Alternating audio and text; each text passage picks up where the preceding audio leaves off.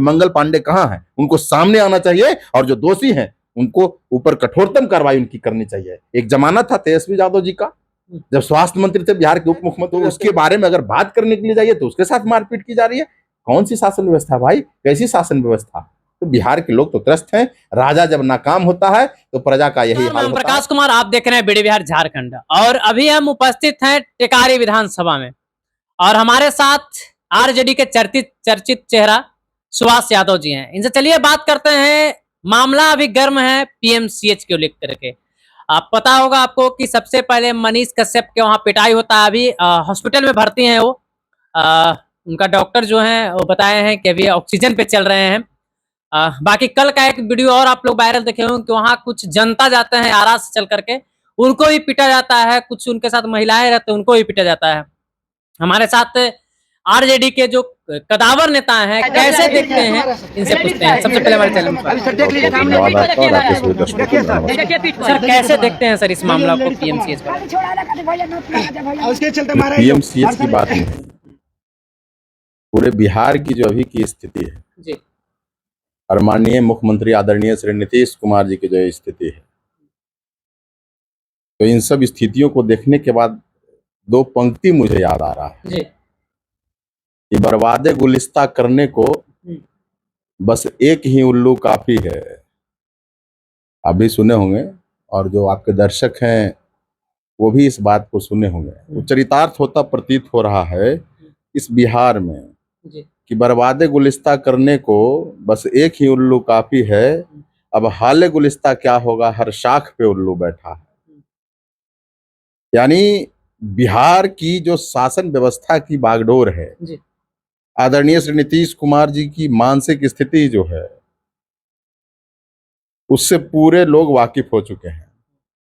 और उसके साथ साथ उनके दाएं और बाएं बैठने वाले दो उप मुख्यमंत्री विजय कुमार सिन्हा जी, उनका भी स्थिति देख लीजिए।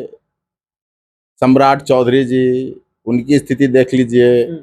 जहां जिस संस्थान में ये घटना हुआ, स्वास्थ्य विभाग से संबंधित संस्थान पीएमसीएच, बिहार का सबसे बड़ा मेडिकल कॉलेज है और अस्पताल, अभी इसको एशिया में स्थान सबसे बड़ा में दिया जा रहा है। सैया, मतलब इतने ज्यादा मरीजों की सैया जो लगाया जा रहा है उसको लेकर के, तो उस संस्थान में जिस तरह की हरकत हुई, तो मंगल पांडे जी पर्दे से उझल रहते हैं हमेशा, पता नहीं। तो कहने का मतलब कि बिहार के मुख्यमंत्री और मुख्यमंत्री के सहयोग में जितने भी विभाग, बिहार की शासन व्यवस्था चलाने हेतु जितने भी विभाग बनाए गए हैं और सभी विभागों के जो माननीय मंत्री महोदय हैं, सारे लोग जो हैं, वो भी हम जो बोले ना कि हर शाख पे उल्लू बैठा है, तो हर विभाग में वह उसी तरह के लोग बैठे हुए हैं। तो हम लोग जहां बात कर रहे हैं मगह की धरती में, तो वो कहावत है कि किसान गेलन घर तो जने तने हर तो स्थिति वही होला, अराजक स्थिति हो गया। यहाँ डीके टैक्स चल रहा है, जो चीफ सेक्रेटरी हैं उनका भी कोई इकबाल नहीं है। नीतीश कुमार के पीछे खड़ा होकर के और पूरे बिहार में डीके टैक्स की बहार चल रही है। अभी चीफ सेक्रेटरी मुंह बाए खड़े हैं। अभी एक से एक बात यहां है। तो मनीष कश्यप के साथ जो घटना हुआ, कोई विधि सम्मत कार्रवाई नहीं हुई, न संज्ञान लिया गया, न सरकार की तरफ से कोई अधिकृत व्यक्ति आकर के इस पर कोई बयान देता है, अभी तक कुछ नहीं हुआ। तो इस परिस्थिति में गलत प्रवृत्ति वाले लोगों का जो मनोबल है बढ़ता है।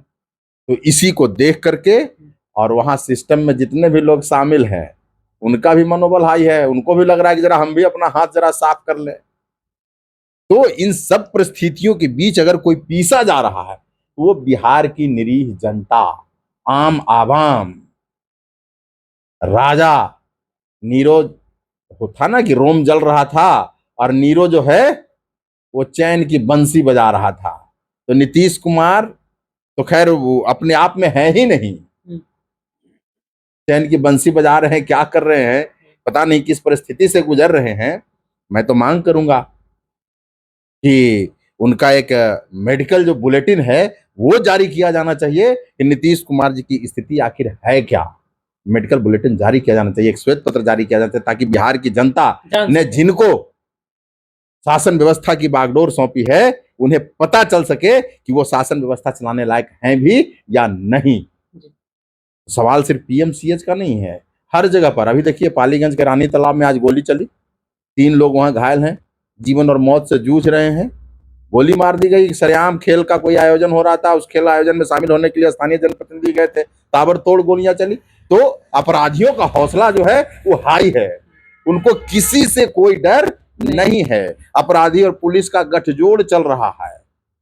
शासन व्यवस्था दुरुस्त रखने की बात, शांति व्यवस्था बनाने की बात, बहाल रखने की बात, सब गर्त में चला गया। अपराधियों के साथ गठजोड़ करके बालू माफिया, दारू माफिया, भू माफिया, सबके साथ गठजोड़ करके और सिर्फ पैसे की उगाही हो रही है। और इसमें से हिस्सा जो है डीके टैक्स के रूप में ऊपर तक जा रहा है, ऊपर तक जा रहा है। आपको क्या लगता है सर, ये जो कल वाला जो मामला है, हम लोग वीडियो भी देखे जब वायरल, उसमें देखें कि एक जो लेडीज हैं अपना पीठ को दिखा रहे हैं कि देखिए हमको पीटा गया, और पीठ पूरा दिखाई पड़ रहा है वीडियो में कि लाल लाल हो चुका है। इससे आपको क्या लगता है, उस सबको कैसा सजा मिलना चाहिए या फिर इनाम मिलना चाहिए? वैसे सवाल तो यही है ना कि जब शासन का इकबाल खत्म होता है तो ऐसे ही घटनाएं होती रहती है। कोई भी व्यक्ति, भारत का संविधान इस देश में सभी लोगों को सम्मान के साथ जीने का अधिकार देता है, और सिस्टम में काम करने वाले जो भी पदाधिकारी अथवा कर्मचारी हैं उनकी अपनी अपनी भूमिकाएं हैं, अपनी अपनी सीमाएं हैं, और उस सीमा को उनको क्रॉस नहीं करना है। अगर कोई व्यक्ति अपनी सीमा को लांघता है तो उसके लिए संविधान सम्मत कार्रवाई का प्रावधान भी है। लेकिन ये आखिर करेगा कौन? क्योंकि जिनको कार्रवाई करना है वो कार्रवाई करने की स्थिति में है नहीं, और जब वो स्थिति में नहीं है तो हमने कहा कि हर लोग यहाँ पर सिर्फ और सिर्फ सत्ता की मलाई चापने में, भ्रष्टाचार के आकंठ में डूब करके और सत्ता की मलाई चापने में लगा होगा। बिहार की आवाम त्रस्त हो गई है। और मैं जहां तक समझता हूं कि सार्वजनिक जीवन में, ठीक है, नीतीश कुमार जी, मैं कामना करता हूं अपनी ओर से और अपने पार्टी की ओर से भी कि वो दीर्घायु हों, स्वस्थ रहें, लेकिन किसी राज्य की शासन व्यवस्था चलाने लायक जो एक होना चाहिए आदमी का, जो व्यक्तित्व होना चाहिए, जो उसकी स्वास्थ्य की स्थिति होनी चाहिए, शायद वैसी स्थिति उनकी नहीं है। तो नीतीश कुमार के नाम पर एक और षड्यंत्र और साजिश,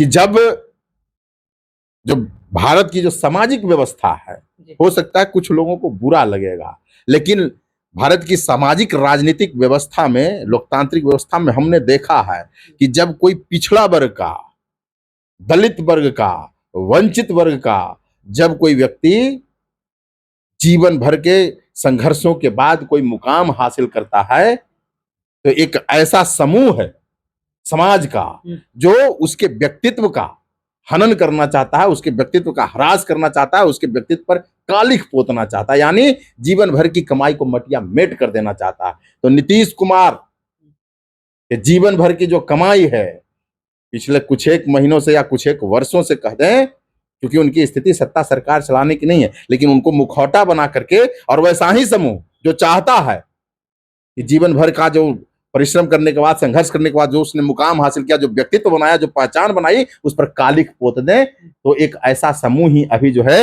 नीतीश कुमार के इर्द गिर्द बैठा हुआ है, और वो चाहता है कि नीतीश कुमार के जीवन भर की जो राजनीतिक कमाई है, जो विरासत है, उस पर कालिख पोत करके और नीतीश कुमार के छवि को मटिया मेट कर दिया जाए। इसी वजह से, यही कारण है कि आज तक, अभी तक इन तरह की घटनाओं पर शासन प्रशासन में बैठे लोग जो हैं वो कार्रवाई नहीं कर पा रहे हैं दोषी लोग के खिलाफ। वो चाहते हैं कि इस तरह का लगातार घटना होते रहे, ताकि एक नकारात्मक छवि जो है शासन व्यवस्था जिसके हाथों में है उसकी बने। तो जीवन भर की कमाई को मटिया मेट करना चाहता है, ये एक दूसरा पहलू है। ठीक है, नीतीश कुमार की स्थिति नहीं है, लेकिन नीतीश कुमार को मुखौटा बनाकर कहीं अगर आप शासन व्यवस्था में शामिल हैं तो आपकी भी जवाबदेही बनती है। कहां है मंगल पांडे, क्यों नहीं सामने आ रहे हैं? क्या वो सहयोगी के तौर पर नहीं है? क्या कैबिनेट के सहयोगी है ना मुख्यमंत्री नीतीश कुमार के, वो विभाग उन्हीं के जिम्मे है। तो मंगल पांडे कहां है? उनको सामने आना चाहिए, और जो दोषी हैं उनको ऊपर कठोरतम कार्रवाई उनकी करनी चाहिए। एक जमाना था तेजस्वी यादव जी का, जब स्वास्थ्य मंत्री थे, बिहार के उप मुख्यमंत्री रहते हुए, रात के 2 बजे तक वो देखते थे कि हमारे बिहार की गरीब आवाम जो है उसके साथ हमारा स्वास्थ्य व्यवस्था, स्वास्थ्य महकमा, उसमें शामिल लोग जो है किस तरह का व्यवहार कर रहे हैं, उनको समुचित इलाज किया जा रहा है कि नहीं किया जा रहा है, उनको दवाएं दी जा रही है कि नहीं दी जा रही है, उनको समय समय पर जो है डॉक्टर विजिट कर रहे हैं कि नहीं कर रहे हैं, रात में भी घुमा करते थे। तो कहीं ना कहीं अगर आप जिम्मेवारी लेते हैं तो आपकी जवाबदेही बनती है कि आप अपनी जिम्मेवारी का निर्वहन बखूबी कर सकें। हम मारा जा रहा है, पीटा जा रहा है, मरीजों के साथ दुर्व्यवहार किया जा रहा है। अगर किसी मरीज को अगर समुचित इलाज नहीं हो रहा है तो उसके बारे में अगर बात करने के लिए जाइए तो उसके साथ मारपीट की जा रही है। कौन सी शासन व्यवस्था भाई, कैसी शासन व्यवस्था? तो बिहार के लोग तो त्रस्त हैं। राजा जब नाकाम होता है तो प्रजा का यही हाल होता है। यही बिहार की भी स्थिति है। चलिए आप लोग बताइएगा, कल का वीडियो आप लोग देखे होंगे कि अपने परिवार को एडमिट करते हैं पीएमसीएच में। वो वीडियो में बता रहे हैं कि हम गरीब परिवार से हैं, हमें एक यही हॉस्पिटल पे आशा है पीएमसीएच, क्योंकि सरकारी है तो हम लोग यहाँ लेकर के आ गए। लेकिन फिर अपने परिवार उनका भरते हैं अंदर हॉस्पिटल में, लेकिन डर के मारे वो लोग हॉस्पिटल से बाहर आ गए। इसलिए आए हुए हैं क्योंकि अंदर उनको पीटा जा रहा है। इसलिए पीटा जा रहा है कि कोई भी वहां काम होता है तो पैसे पे होता है। तो भाई इसका जांच होना चाहिए और ऐसे ऐसे जो लोग काम किए हैं उन पे कड़ी कार्रवाई होना चाहिए। बाकी आप लोग जितने भी बिहार के जनता देख रहे होंगे तो आप लोग वीडियो को शेयर कीजिएगा। और सुभाष यादव जी से जो हम अभी बात कर रहे थे, इनका विचारधारा आपको कैसा लगता है?